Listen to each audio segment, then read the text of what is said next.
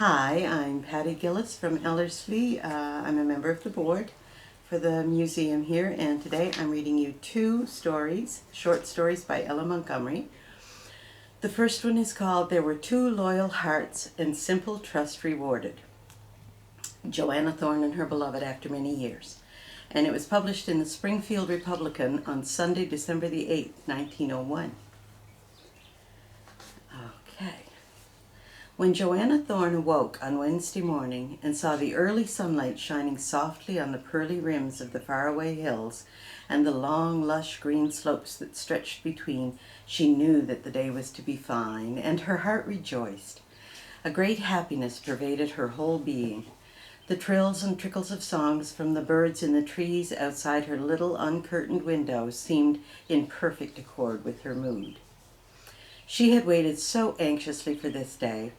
When she had learned a fortnight previously that Miss Churchill was to give an address at the great temperance convention at Wilmington, she had been shaken with a sudden delight and hope. Since then she had counted the days, and never had they gone so slowly. But at last the great day had come on which she was to see her darling again. Her little, plain, lined face was almost glorified by the beauty and happiness of her expectation. "Joanna seems more chipper than usual today, seems to me," said Isaac Thorne at the breakfast table that morning, as he and his wife and daughters ate the toothsome viands which Joanna had prepared. She waited on them while they ate, and when they had finished, she sat down to her own solitary meal, but she was far too excited to eat. 13 years before, Edith Churchill, then a dreamy, sensitive child of 12, had spent a year at Lone Pine Farm, and that year had been the happiest in Joanna Thorne's life. Edith's home was in a far distant city, and the Churchills were wealthy and cultured, but she was not strong, and the family doctor had advised a year's absolute freedom from all studies and tasks. "Send her to some quiet country place where she can simply run wild," he said, and the Churchills then bethought themselves of their long-forgotten cousins down east. So Edith Churchill came to Lone Pine Farm and brought into Joanna Thorne's starved, lonely soul a secret joy to which it had hitherto been a stranger. They had loved each other since the first. Edith had been shy and constrained with Isaac Thorne and his family, and had never been anything but a stranger among them. But Joanna and she were chums, as she declared. She insisted on sleeping with Joanna in the bare, dull little north room instead of in the big, sunny guest chamber where Mrs. Isaac wanted to put her. She went about with Joanna at her work, weeding the garden with her, went with her for the cows, perched on the edge of the pantry table and chattered while Joanna concocted cakes.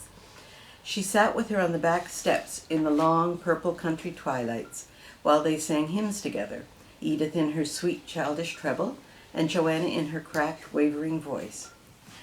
And then, when Edith's curly brown head sank sleepily against Joanna's arm, the latter carried her upstairs, undressed her, and crooned her to sleep as a mother might her firstborn. She worshipped the child almost idolatrously, and poured out on her all the repressed love and tenderness of her nature. She was more of a mother to Edith than the woman who had given her birth. Mrs. Churchill was one of those cold, worldly women who are maternal misfits. She frankly avowed that she had never understood Edith, and she certainly never tried to. In the night, Joanna had been used to waken, and feeling the warm, soft clasp of her darling's arms about her neck, would cry softly for very joy. When she rose in the morning, she would gloat for long moments over the sleeping child before she left the room. Those days had been filled for her with such delight that their memories had been sufficient for her heart to feed upon in all the lonely years that followed. When Edith went away from Lone Pine Farm, Joanna's heart almost broke. Edith had clung to her and assured her that she would never forget her darling Auntie Jo.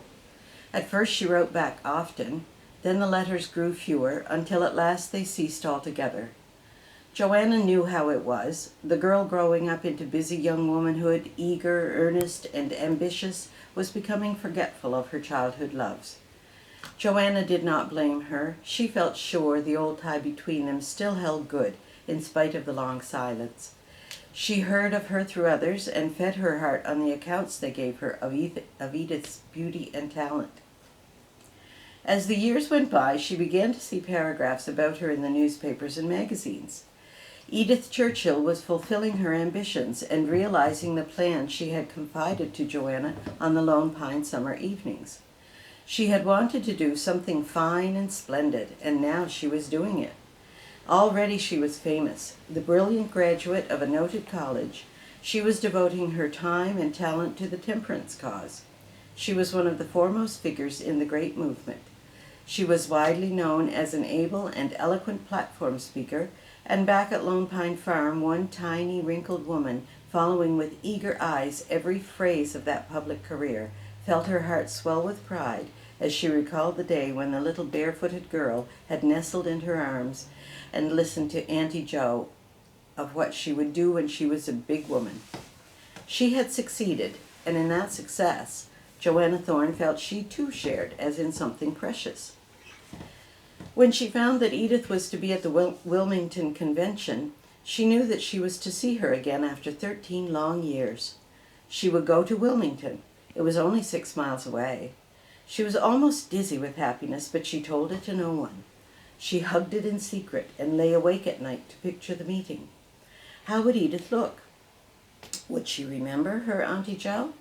Would she find time that busy day to talk aside with her for just a few minutes? Oh, the joy of it. Joanna feared that she would waken soon and find it was all a dream. After dinner that day, she went out to one tiny corner of the garden that she could call her own. It was full of sweet peas. Edith had always loved sweet peas. And just behind the sweet pea trellis was the clump of perennial pinks that Edith and she had planted 13 years ago. She plucked the best and most perfect blossoms with a lavish hand. She must take a bouquet to Edith. It was all she had to offer her. She could see plainly the smile with which Edith would receive it. The little white dimples in her cheeks would pop out as of old. Edith must still have those dimples. In all else she might be changed, but they would be the same. Joanna remembered how she used to love to put the tips of her hard, work-worn fingers into those dimples. Oh, dear God, prayed the bent, frail little woman over the pinks and peas, I thank thee for this joy. Oh, I thank thee, I thank thee. She went up to her room and dressed. She must put on her best to honor Edith. Her best was very poor indeed, but Joanna did not think or mind how old-fashioned her dress was, or how shabby her old black quilted bonnet with its one limp feather. She was a funny-looking little figure, and she knew it, but she didn't care, because Edith would not. Oh, my child, my own dear child, she murmured softly as she kissed the flowers which were to be touched by Edith's hand. When she went downstairs, the big family wagon was at the door, and Mrs. Isaac was standing in the hall, magnificent in her best black silk and flowery bonnet, putting her gloves on her plump white hands. She frowned when she saw her sister-in-law. Joanna, you really can't go to Wilmington, she said carelessly. I forgot to tell you this morning, and anyhow, I supposed you'd given up on the notion of going when you hadn't said anything about it lately. Not go to Wilmington? Said Joanna feebly. Certainly not, returned Mrs. Isaac impatiently. How in the world can you go when the rest of us are all going? You know perfectly well that we can't leave the house alone. Besides, Isaac and the girls and I are going to have tea with the Holdens after the convention, and will not be back until after dark. Somebody has to be home to milk the cows. But I must go to Wilmington, cried Joanna. She had never said must to Mrs. Isaac before. Oh, don't you understand? I must see Edith. She will expect me. She will be so disappointed if I am not there. What nonsense, said Mrs. Isaac in the tone that she might use when speaking to a teasing child. Why, I don't suppose Edith as much as remembers that there's such a person in the world as you. You are really very childish. Anyway, you certainly can't go. The wagon is crowded enough as it is. She adjusted her fine lace shawl more carefully over her ample shoulders and swept out. As the carriage rolled away, she called back, Mind you don't let the hens get in and scratch up my pansies, Joanna. Joanna remained standing at the foot of the stairs with her fingers clasped tightly around the stems of the sweet peas. She looked stunned, as if her sister-in-law had struck her a physical blow. At first she did not realize what had happened. For fully 10 minutes she did not move a muscle. Then she crept upstairs with the bitterness of death in her heart, quite regardless of the fact that the hens were already playing havoc with Mrs. Isaac's pansy bed. It was nothing to Joanna just then if they destroyed the whole garden. She did not cry. The hurt went too deep for that.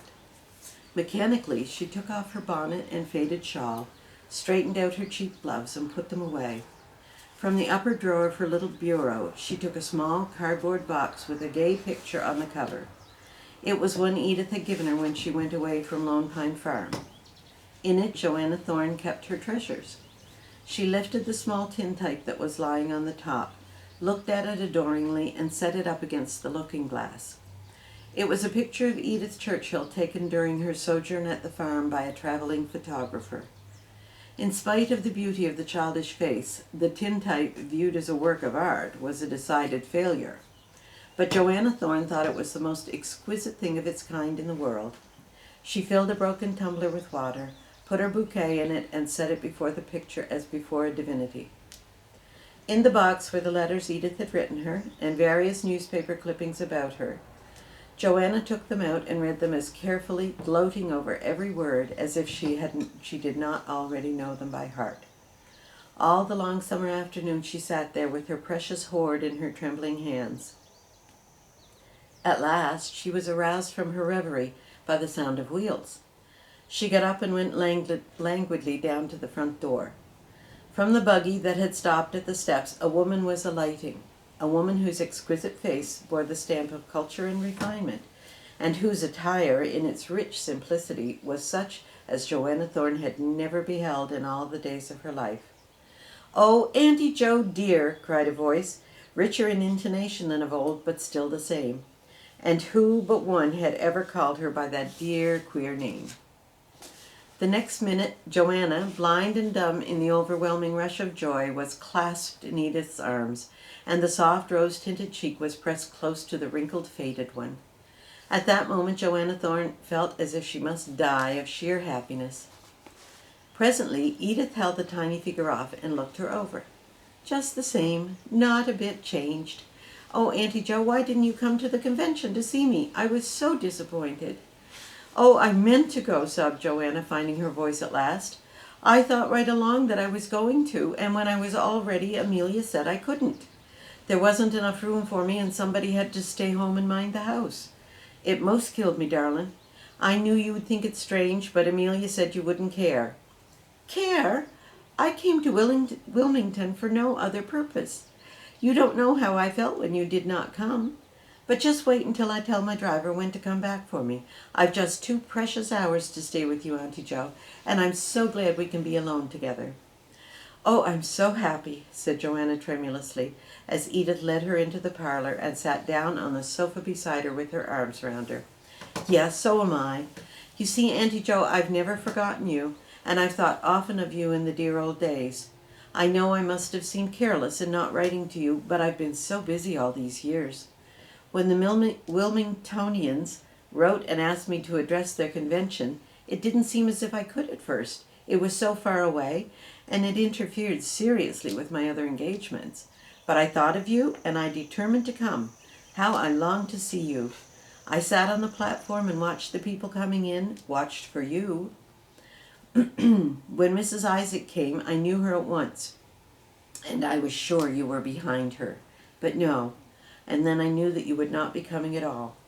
Auntie Jo, a great big lump rose in my throat, and I could hardly speak when it came my turn. I feared you were ill. I thought nothing else would keep you home. As soon as the meeting was over, I went to Mrs. Isaac and asked her about you. She said you were well and stayed home to keep house. At first, I did not know what to do. I ought to have left on the 4:30 train, but I simply could not go without seeing you. So I telegraphed my friends not to expect me until a later train, and I hired a livery rig to bring me right out here. And so here I am. And do get me something to eat, Auntie sweetheart, for I'm nearly starving, and I remember your cooking of old." Joanna was on her feet in an instant. Here at last was something she could do for her darling. In this only way she could find expression for the joy that was hurting her in its intensity. To and fro, from cellar and pantry and dairy, she ran, while Edith followed her and chattered as if the 13 years were but a dream, and she was again a child, to whom Auntie Jo was mother and angel and goddess, all in one. Fruit cake so rich that a square inch of it was enough for most people's stomachs. Plums that seemed to have been preserved in the sunshine of old summers. Quivering crimson jelly, honey, cookies, cream. Every delicacy that the farmhouse could boast did Joanna bring forth for the guest of honor. And then she sat adoringly and watched Edith while she ate, anticipating every want with eager eye and hand. Not a mouthful could Joanna eat herself. Her meat and drink were the face and voice of the girl who stood for life and love to her. "Now," said Edith when tea was over, "I want you to take me to every one of the dear old spots. The dairy spring first, down under the maples, where you used to give me whole cups of cream on the sly. How you used to spoil me. And the lane back through the woods, and the orchard, and the brook. I haven't forgotten one of them."